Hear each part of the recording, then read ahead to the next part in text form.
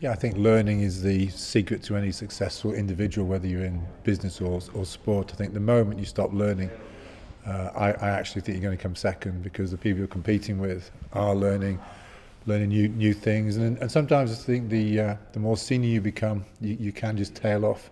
And the real top leaders, no matter how long you've been in business, are always learning. I call it being a sponge and not a rock. So you've always got to be a sponge, and learning is what it's all about. And how do you keep on top of things now? Because you've moved from different role to different role across industries, from business to sport. Do you think that there are key skills that transfer across?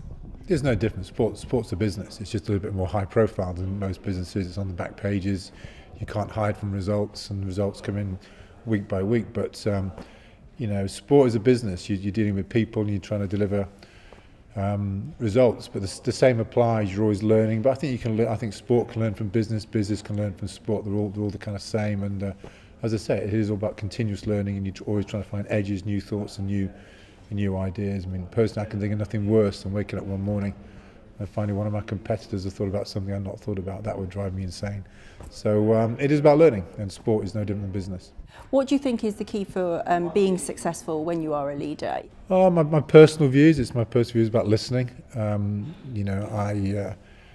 think one of the key things in any business is hiring the right people. But once you've got the right people, it really is a case of listening to them. I personally don't think I'm very good at new ideas. What I think I am quite good at is listening and actually going, that's a pretty good idea. Then what I'm good at, I think, is leveraging that and making it, putting it into action. So I think the key thing about leadership is, delivering results. But I don't think all the kind of thoughts process got to come from you. You've got to really deliver the actual whole process. But once you've all decided that's the way we're going to go. But if you're going to hire people, have teams of people. Sometimes the best idea can come from a person who's been in your company a day. It hasn't got to be some experience, but it is about kind of listening and putting a process in place where these thoughts, ideas can actually come to fruition. Do you think risk is part of being successful in business? I'm not sure it's risk. I just believe in hard work. I think if you cut no corners, you kind of know deep down, from the sports point of view, and I think business is the same. You know when you go into a match or a business situation, if you've done everything humanly possible to deliver that result, deliver that presentation, deliver that pitch, then you can live with yourself. If you deep down know you've cut a corner or you've not quite done these things, luck doesn't come into it. I think you tend to get lucky if you absolutely throw everything at it, and then if it's not successful, you can kind of live with yourself and move on. So I'm not sure it's about being risk. I think it's just about actually throwing everything at a situation, and then you tend to get lucky. And just finally, what would you say are your 3 key things for being successful? What 3 key skills should people have? 3 key things. 1, a passion for knowledge. There's absolutely no doubt about that. You must never ever lose that. And I think now with technology, there's no excuse. There's knowledge everywhere. So it's kind of learning.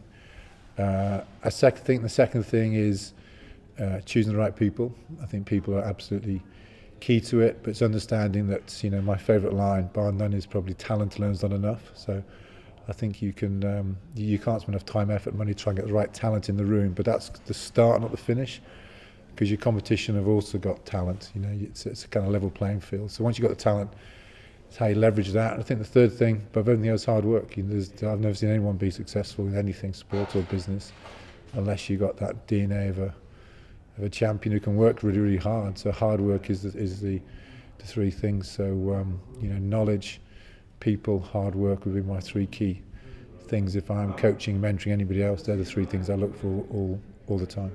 No such thing as luck? I think luck's hugely. I'm describing myself as very lucky. I've had a very lucky career. But again, I believe in the Gary Player story. That the harder you train, the luckier you get. It's as simple as that. So luck does come into it. But I think, my careers. I say to my kids, I've never planned my career.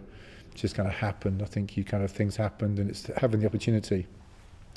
And have you got can you make those right decisions when things are put in front of you? And sometimes you do, sometimes you don't. And I don't think that's luck. It's just a case of actually seeing the opportunities.